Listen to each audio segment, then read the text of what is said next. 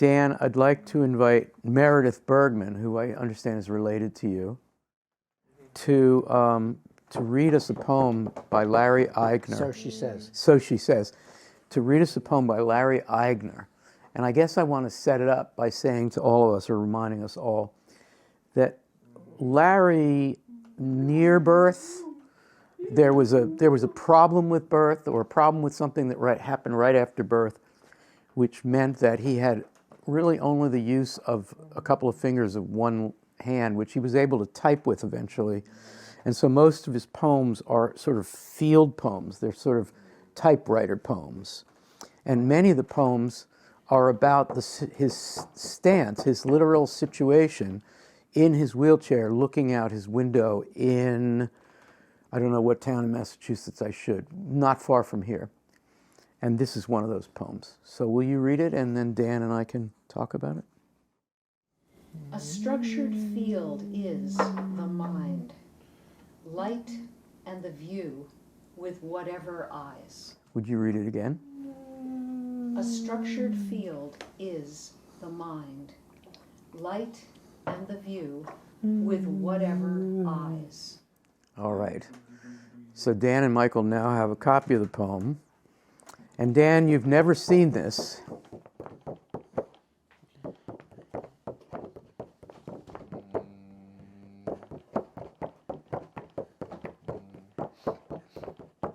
A great companion piece to the brain within its groove. Exactly. Hey, I know what I'm doing. Do you want to say why it's a great companion piece?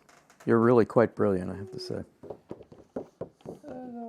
Because it evokes the mind in relation to the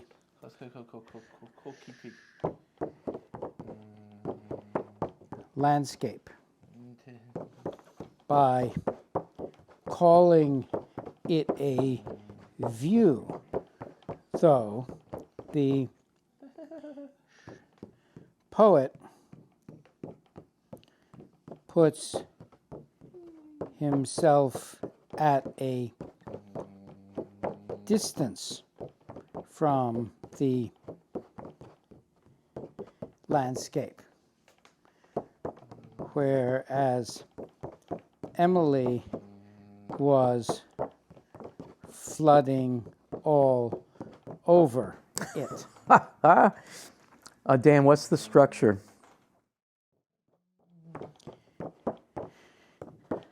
Two stanzas. Two lines, then three.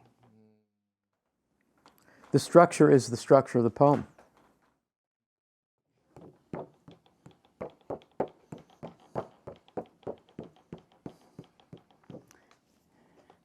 That's right. Dan, is what you see a structured field? Not immediately. I have to look until I can see the structure. And how does the word light work? Earlier we kept talking about the old metaphor of moving from darkness to light. How does the word light work here? Light is prerequisite for seeing Right. the view. Possibly the first stanza takes place in night, metaphorically or otherwise. You know the field is there, but until light, you can't see it, so it's not a view. Is the phrase whatever eyes, Eigner's way of saying that he's agnostic as to which eyes are looking or how they're looking? Is that what whatever means?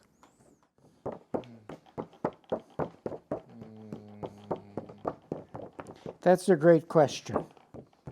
I read right through it and took it to mean whatever interpretation from whatever a reader's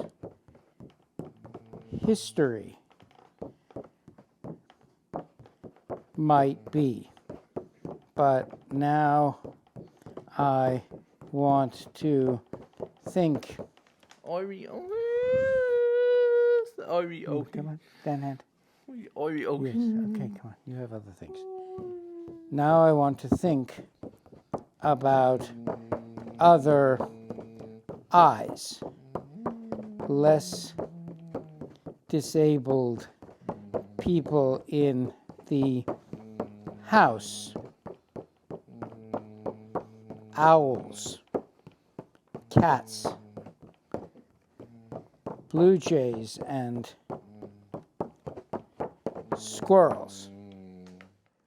Are you saying that depending on which eyes see, something different will be seen? Yes, sort of. It's different ways of participating in the view. Squirrels differ from people in wheelchairs in terms of interacting with a view. If you wrote a poem about what you see, let us say out a window, would it be possible for others to see the same thing? And this is really a question about poetry. If I wrote it well enough, that would be the point. If I wrote about the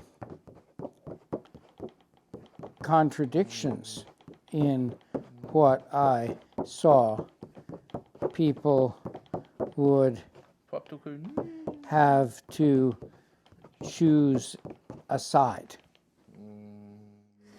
What's the difference between a structured field that is the mind on one hand, and on the other hand, a mind that is a structured field?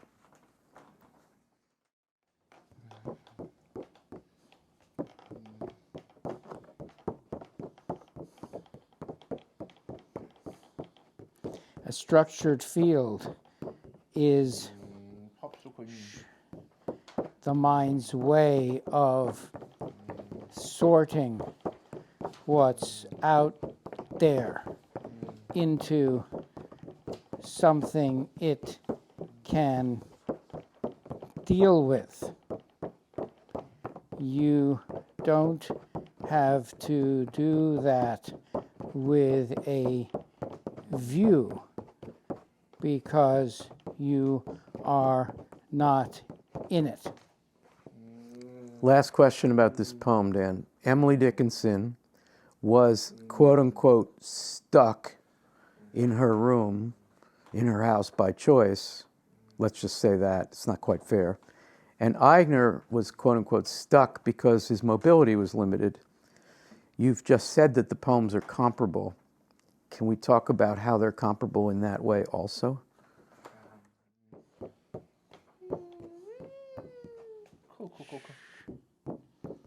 That's interesting. I think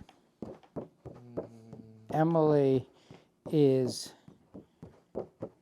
thinking about her mind as not confined.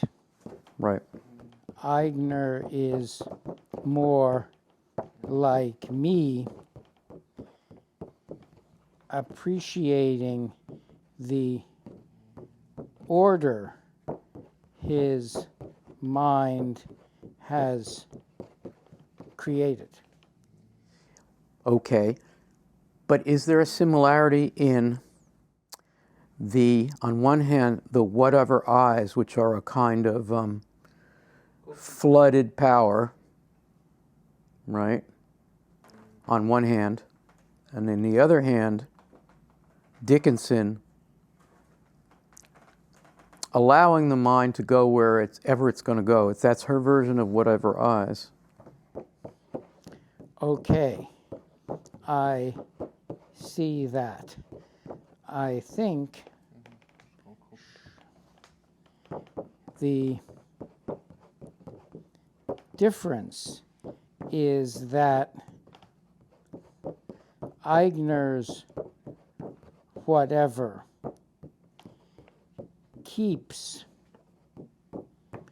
the eyes separate from what's out there by calling it a view.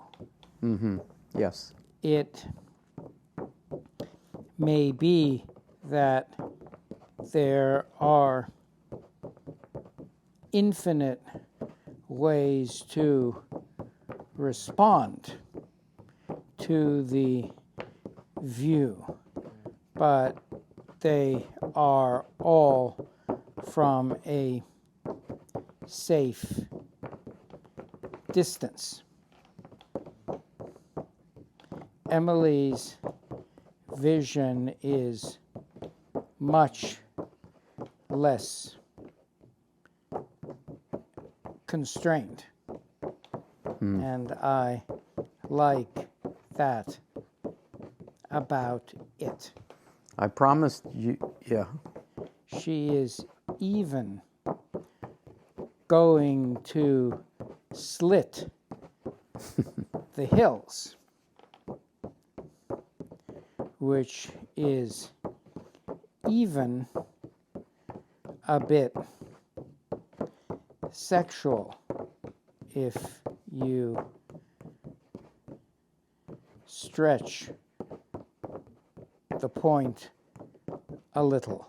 I am thinking of the hills in the Song of Songs, which are certainly slit. Wow. Dan, I promised 2 times already that would be the last question I have. Here's truly the last question about this poem before we look at another one. I'm going to give you 2 options for an interpretation of the tone of the word whatever. First option is whatever, like I'm indifferent or agnostic, whatever eyes. The other tone is like disability rights, asserting whatever eyes. Whatever, mine or yours, same. Which tone do you think is right?